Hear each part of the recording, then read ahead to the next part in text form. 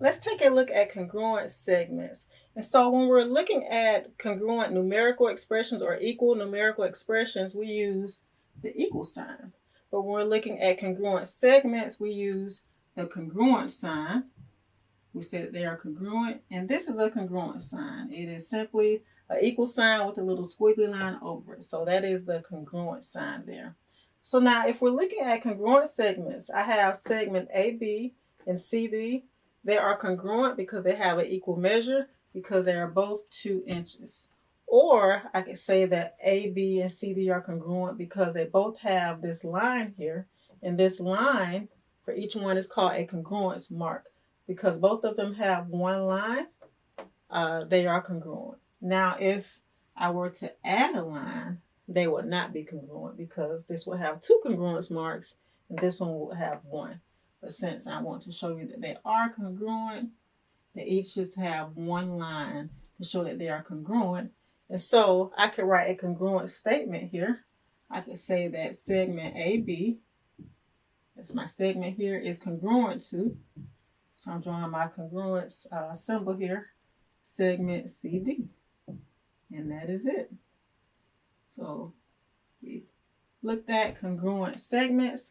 Now let's look at midpoint. The midpoint divides a segment into 2 equal segments. If you think about midpoint, the root word there is mid or middle. So it cuts the line into half, or it is in the middle of that segment there. And so right here, I see that B is the midpoint because I have these congruence marks. So each point here, or each marks, I have 2 marks here. So I have 2 marks here for AB and 2 marks here for BC. I could say that AB is congruent to BC because I have these congruence marks here. This also tells me that B again is the midpoint because it divides segment AC into 2 equal parts right here. So B is the midpoint. All right. Also, I have a line going through. This line cuts segment AC into 2 equal parts. I'm going to call this line L, right? This would be called a segment bisector. Segment bisector because it bisects, or it cuts this segment into 2 equal parts. And I know that because I have the congruence marks. So just to recap, congruent symbol is an equal sign with a little squiggly line over it. It shows that 2 segments are congruent. They have the same measure. The midpoint cuts a line or cuts a segment into 2 equal parts. I know that here because I have these congruence marks. They both have 2 congruence marks. B is the midpoint because it's just at one point. It cuts this segment in half or to 2 equal parts. And line L here would be my segment bisector because it bisects or cuts segment AC into 2 equal parts. All right, so we looked at congruent segments and midpoint. So now let's look at a problem involving congruent segments and midpoints. Let me erase this to give myself some space. All right, so it says this example right here. Q is the midpoint of PR. What are PQ, QR, and PR? So if Q is the midpoint of PR, that tells me that PQ is congruent to QR because Q is in the middle. So in order to find my 3 measures here, I could solve for X by setting PQ. Let me just write what I'm writing. I could set PQ is equal to QR. And I know that because it says here that Q is the midpoint.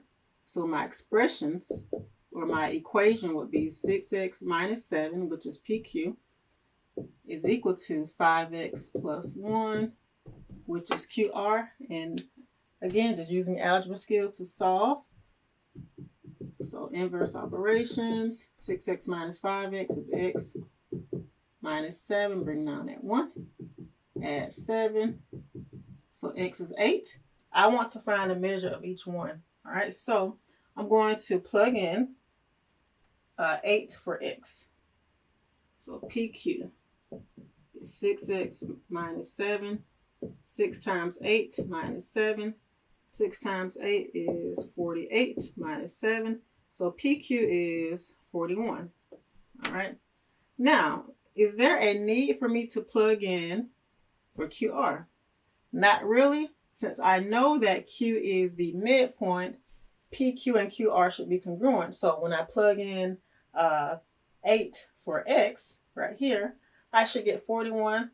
But I like to plug it into both just to check my work to make sure X is correct. So double check your work by plugging it in. So QR is 5x plus 1. So 5 times 8 plus 1, that is 40 plus 1. And that does check out.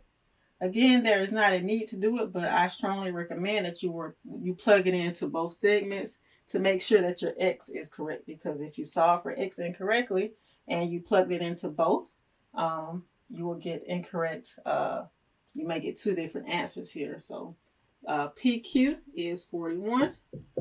QR is 41. And the length of PR, we just add 41 plus 41. That is 82. So I have used my knowledge of congruent segments and midpoints to solve this problem here. Let's take a look at this problem right here. We have this diagram. It says if AD equals 12 and AC equals 4y minus 36, find y, AC, and DC. And so now, since AD is 12, all right, I have these two congruence marks here. So AD would be congruent to DC because they both have the two congruence marks. And so DC is 12. All right. And AC from here to here, 12 plus 12 would be 24. So I found AC and DC. Now how do I find Y? Well, since I know that the entire length of AC is 4y minus 36, and my numerical value for AC is 24, I could just set up an equation. AC is 4y minus 36. 12 plus 12, which is the entire length, is equal to 24.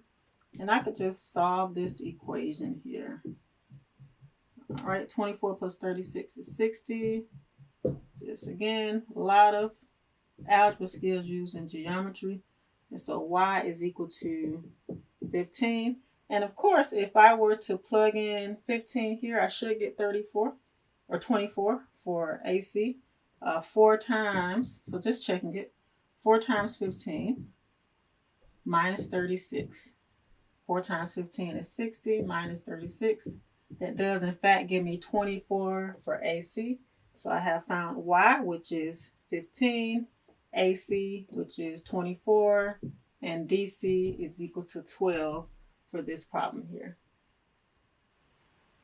So let's use this figure to solve this problem as well. So we have if ED equals x plus 4, DB is equal to 3x minus 8, find ED, DB, and EB. So ED is x plus 4. So I'm going to label that right here. And DB is 3x minus 8.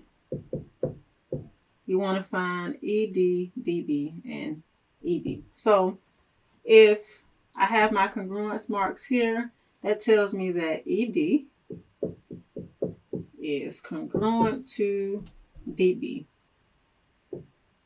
because I have these congruence marks. So I could set those expressions equal to one another in order to solve for x. All right, so I'm going to actually subtract x because that way I don't have to deal with negative numbers. That leaves me with 2x minus 8, adding 8. That's 8. And bring down my 2x. X is equal to 6. I'm not done. I need to find ED. So ED, I just plug it in. 6 plus 4. That is 10. So this side should give me 10 when I plug it in because they are congruent. So 3 times x is 6 minus 8. 18 minus 8, that is 10. So I always plug it into both just to double check. And so ED is 10, DB is 10, EB, which is the entire length, is equal to 20 because I just add 10 plus 10. So I have solved this problem using my knowledge of congruent segments.